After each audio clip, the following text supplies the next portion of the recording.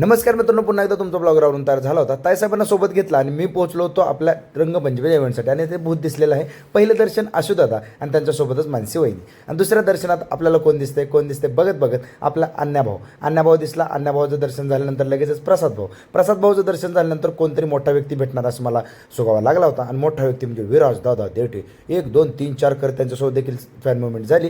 त्यानंतर पुढं पोहोचलो ताऱ्या उर्फ ऋतुराज दादा तारापूरकर, त्यासोबत ऋषी व्यवहारे देखील तुम्हाला साईडला दिसत असतील. ताईसाहेबांनी पहिला कलर लावला, तसा ताऱ्यानं लावला होता, पण ताईसाहेबांना मी म्हटलं व्हिडिओमध्ये तुम्हाला घेतो. ताईसाहेबांना कलर लावला. त्यानंतर पुढच्या गोष्टी, हे लोक भेटलेले आहेत आपली इको पंढरीचेच मेंबर आहेत, ह्यांनी देखील कलर लावला. सगळे मला कलर एवढा लावा लागले होते की पाक रंगलो होतो. दादांनी भांग पाडला आणि डान्स केला. त्यानंतर मस्तपैकी सगळेजण तर नाचत होतेच आणि महत्त्वाचं म्हणजे फॅन मुवमेंट होणं ही साहजिक आहे. तुमचं ब्लॉगरला फेमस झालं, असे लोक येतात आणि कलर लावतात. कलर लावताना फोटो काढायचा होता, म्हणजे काढा काय अडचण नाही. ब्लॉगर थोडा फेमस झाला, त्रास लय झाला कारण कलर कुठनं निघला तुम्हाला सांगतो. आमचा गुंड्याभाऊ कसा नसते. त्यानंतर शांबीनं पॉकेट माझ्यावर संपवलं कलरचं.